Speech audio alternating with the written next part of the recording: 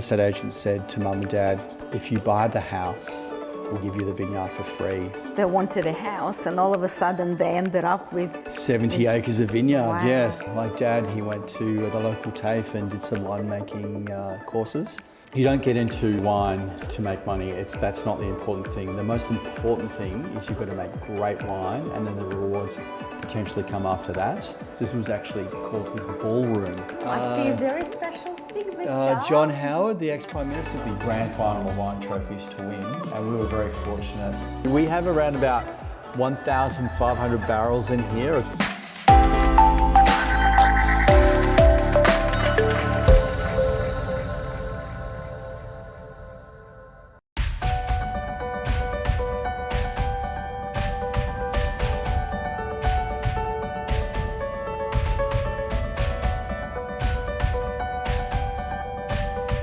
Hi, I'm Elina Reddy and welcome to Foreign Influence. Today we're in the Barossa Valley, South Australia, and we're visiting family-owned Elderton Winery.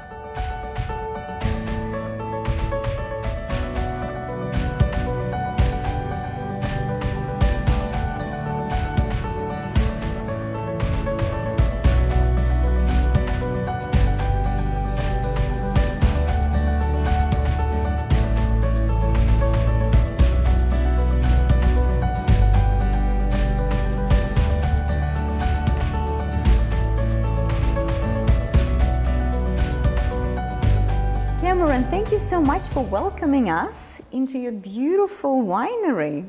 Thanks for coming. We're very proud of what we've established over the years here, so yeah, welcome. Tell us about your family history and how you ended up in the Barossa region. Well, it's crazy really. It was a real twist of fate. My family are originally from Victoria. We've lived in Queensland and we actually moved for Saudi Arabia for a while. That would have been an experience. That was a massive experience for the family living in Saudi. Like I was 5 years old at the time. We had a great time. We rode motorbikes in the desert. I went to a real English school, had a very British accent when I came back. Posh. It was very posh, but it took me only 6 weeks to lose that when I arrived back at the local school here. I was teased incessantly, yeah. My family, I think my mum and dad didn't really understand what they were getting themselves into. And what happened is they found this wonderful house. It looks incredible. It is. Yeah. It's a great venue. It's like one of those great chateaux you see in Europe, you know, those old family wine estates. The Barossa then isn't what it is today. No one wanted Barossa Shiraz. And this place was on the market for 3 years, very unloved, very run down. The real estate agent said to Mum and Dad, if you buy the house, we'll give you the vineyard for free. So we're the right people at the right time, at the right place. Wow. Very, very fortunate. They must have felt really overwhelmed. They wanted a house and all of a sudden they ended up with 70 acres of vineyard, Wow. yes. So it was very bizarre at the time. Have they had any experience in winemaking? None whatsoever. Like Dad, he went to the local TAFE and did some winemaking courses. But what happened was we were selling our grapes to some small wineries, you may have heard of them, Wolf Blass, Penfolds. Yeah. And in the early 80s, no one wanted this fruit. Mum and Dad were left with this really hard decision as to what to do. And there were a whole lot of scenarios, I suppose. And in the end, they decided to make their own wine with the help of the late Peter Lehman. And the first vintage of that was 1982, which was, we made a Shiraz, we made a Cabernet. And that was a really fledgling start, but the rest, they say, is history. Your family has had this business for 40 years. Yeah, so the first vintage was 82, so we're coming on to our 42nd vintage next year, so vintage 23. So we're very proud of that, and we celebrated, unfortunately, during COVID. Yep. So we had all these amazing parties planned all around the world, but unfortunately, almost none of them took place. Not yet. Not yet. That's right. Yeah. So we'll celebrate our 50th, yes, which will be even bigger, I suppose. Absolutely. Yeah. Please tell me about your involvement. How did you get involved in the family business? I always thought I would be involved with the family business at some point in time. I remember coming here as a 7-year-old and seeing just all these beautiful vineyards and seeing all the farm machinery and harvesters like UFOs and so forth. UFOs? They were, because they operate at night and they make this noise. And, Yeah, they're just stunning to see. We actually pick by hand these days. What I always thought was I should go off and do something else. And so I worked for very large global corporations for around 12 years. Well, it was good for you to get life experience. It was excellent. I had a really great time, lived in places like Sydney, London and Munich, and really enjoyed what I did. But in 2003, I thought I'd make the decision to come back and join my brother, who'd been here since 1999, and it was probably time for the next generation to take over from mum and dad as well. What is your role? What are your day-to-day duties? To do as little as possible, but probably my primary role with my brother Alistair is to go out and market these wines. We sell wine to 30 countries around the world as well as Australia. I love getting on a plane and telling the story, I suppose. But as well as that, I just help run the company. It's quite a diverse company, but I probably suppose where I get the most inspiration is from my wife, who is head of production. Her name is Jules. She's made wine all around the world. So she's made wine in the USA, Chile, Spain, France, New Zealand, and she's also made wine for her family company in Rutherglen called Campbell's. She oversees all the vineyards and the winemaking here, and I get real inspiration from her as well. So you married strategically, I can see. Yes. It's all about the romance. It did come with other added benefits as well. She's a very busy lady going between 3 wine companies. I think her first love, and she probably hates me for saying this, it would be Elderton. Followed by Campbell's, Okay. So, but who knows, yeah.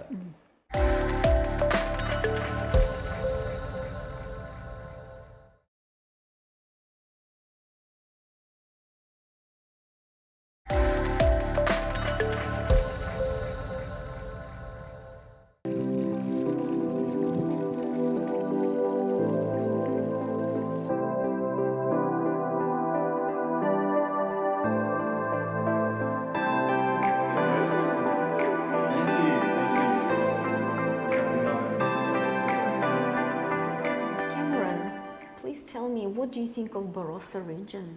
Obviously, I love the Barossa. I think it's one of the greatest wine regions of the world. If you think about it, there's 775 growers, there's about 200 producers, and there's about 100 celladors. And today there's probably 10 world-class restaurants you can come and visit as well. But the great thing about the Barossa, and this is our sort of absolute advantage, is that we have the largest concentration of old vine vineyards anywhere in the world. And the reason for that... Fascinating. I know, it's amazing. So we have the world's oldest Shiraz, Cabernet, Grenache and Mataro. And the reason for that is we haven't had phylloxera, which is like a little insect aphid that attacks the vine's roots. Parasite? Yeah, parasite. And we haven't had that in the Barossa. These vineyards, they could, in theory, if you look after them, they could go forever. And generally speaking, the older you have vine, the deeper root structures it has, and the more complexity and better tannins that you see through the wine as well. How many people during the weekend would you host here for wine tasting? Not that many, to be honest. We probably have 40 people per day that come through here. The great thing about Elderton is that we personally look after every group that comes through here, and we give you a lot of love and attention, and that way you get a much better understanding of the way that we make wine and the various characteristics of that wine as well. Well, that's how it comes through, that it's a family business, and people, when they come in, they really feel it, that personal touch. And that's very important to us. And you think about the great estates of the world, in almost all instances, families own them.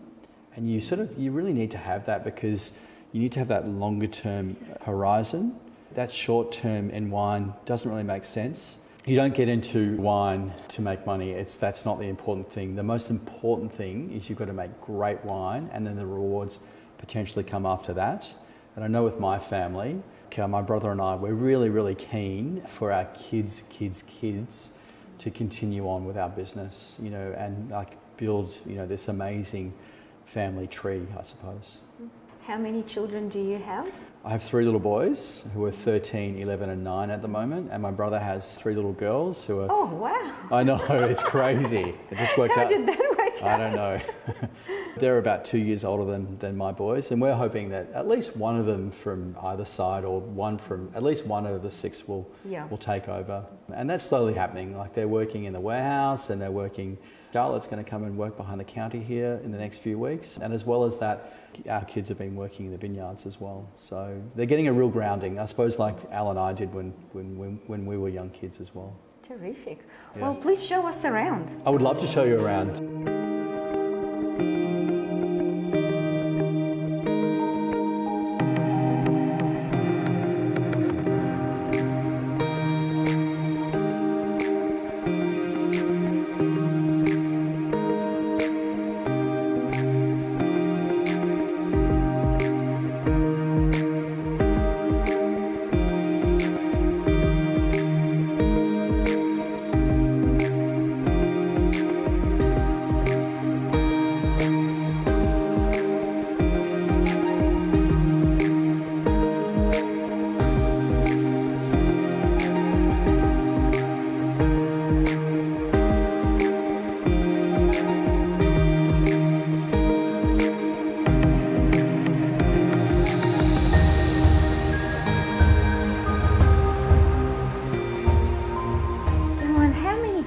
Have you done to the building since your family purchased it? We've done quite a lot, actually, to be honest. The family sort of lived here in about 2011, and then I moved in with my wife and 3 kids, and we moved out in 16, and it's become our cellar door in 17, and everything you can think of has been changed. So we've knocked a few walls out, we've put some beautiful couches through, we've put technology through the place. There's a modern climate control as well. Everything you'd expect for a great tasting room experience.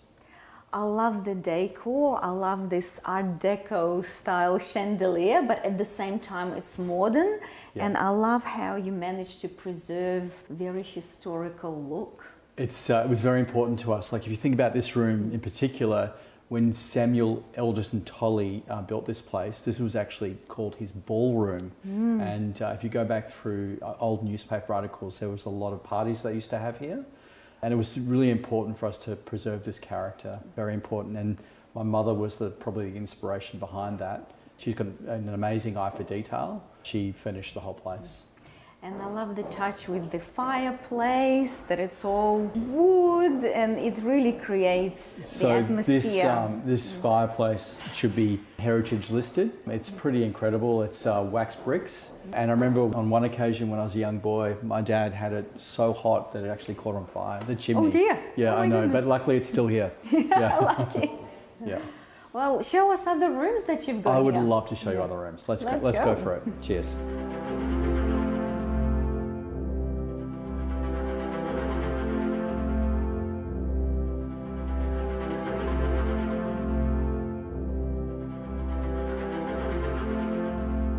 This room here we refer to as the Founder's Room, so it's named after Mum and Dad. Very proud of that. It's actually a room that looks exactly like it did when we purchased the place. Very original. Very original, like the table, everything's the same, and the sideboards are exactly the same.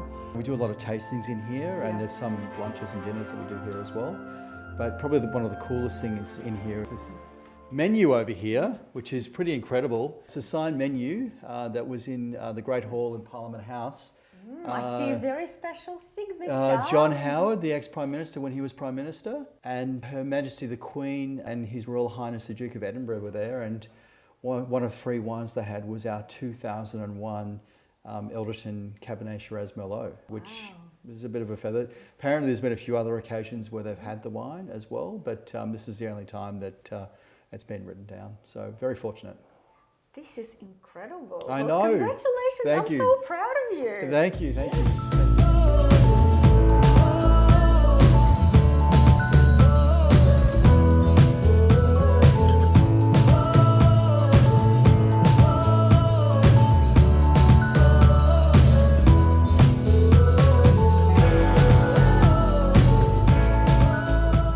is a bit chilly, a little bit cold. What is the perfect temperature for the wine? Well, it depends on what you're trying to achieve, but this room here is 15 degrees Celsius, and that's a beautiful temperature to store these wines. some of them which have a salary potential of like up to 40 years, which is pretty incredible when you think about it. But this room here is called the Duke Cellar. It's named after my grandfather, and he helped us purchase the vineyard originally. Again, he was another mentor, inspiration in our life. And the great thing about this room here is that not only does it house all our great wines from all the great vintages, but you can also do a tasting experience in here with myself and my brother. But you have to wear a jumper though, because it's sometimes too cold.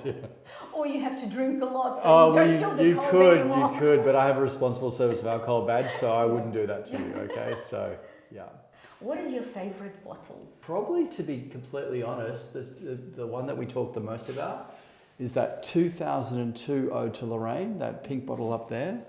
And there's a story that, like, Mum is now a little bit older, but for her 60th birthday, we wanted to celebrate it like there was nothing like it in the Barossa. My mother's very modest, she didn't want to do that. So we started arranging a surprise birthday party for her. She didn't want that. She found out about it and she confronted us and said, listen, if you continue on with this, I'm going to write you out the will. But we said, I know that's pretty bad, but we said, what do you want to do? And she said, ideally, I'd love to go to New York to go shopping. And we said, whilst you're there, we want to buy you dinner in one of New York's best restaurants.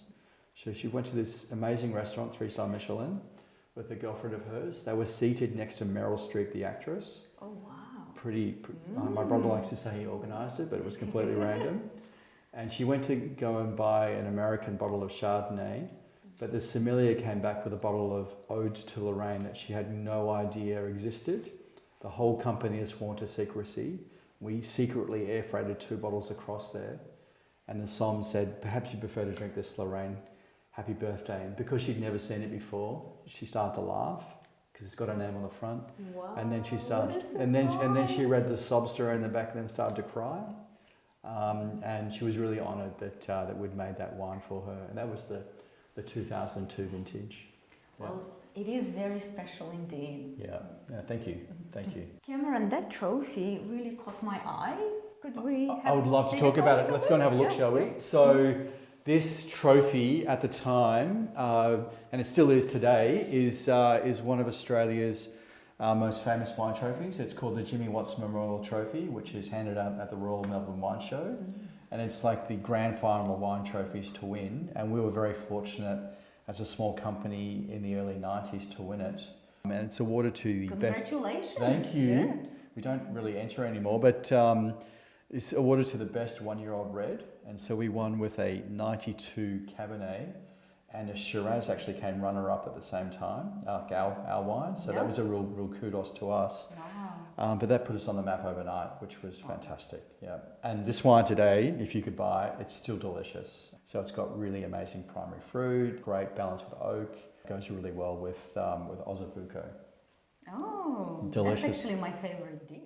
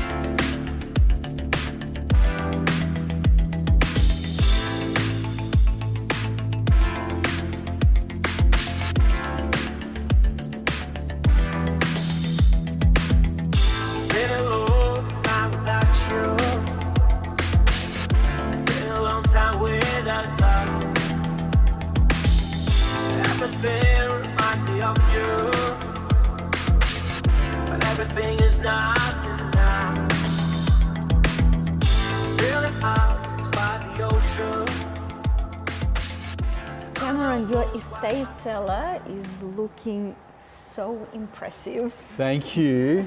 We have around about 1,500 barrels in here, a combination of American and French oak.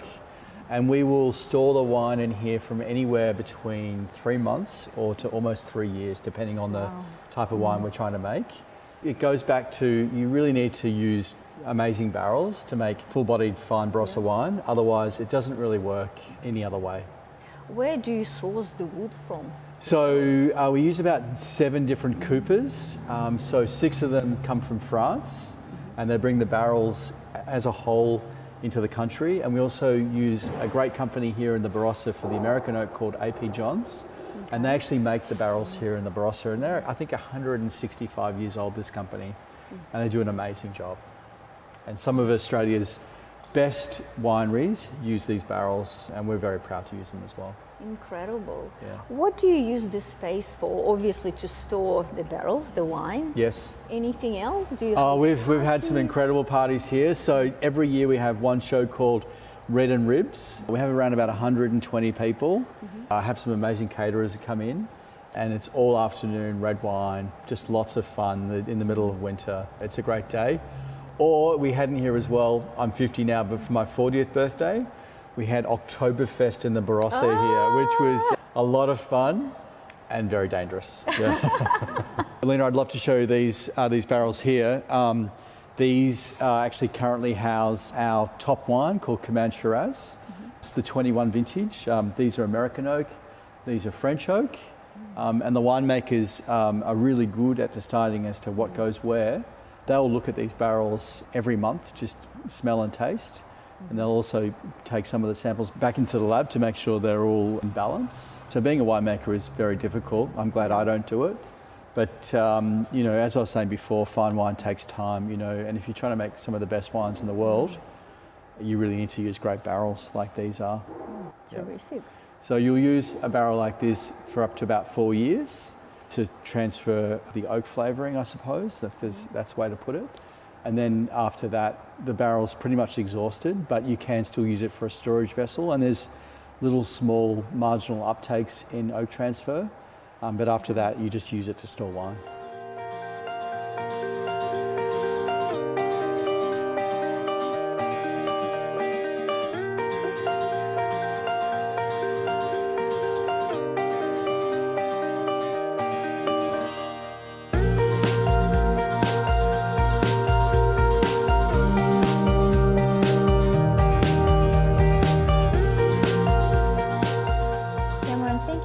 For sharing your family history about this magnificent winery. We wish you all the best for the future. Thank you. And lots of cheers to your beautiful wine. Thank you. I've had fun, Elina. It's been a real honour hosting you here today, and I'd recommend for all your viewers, come and visit the Barossa, come and visit Elderton. Come here in the winter when it's cold, sit around a fire and have a beautiful glass of Barossa Shiraz.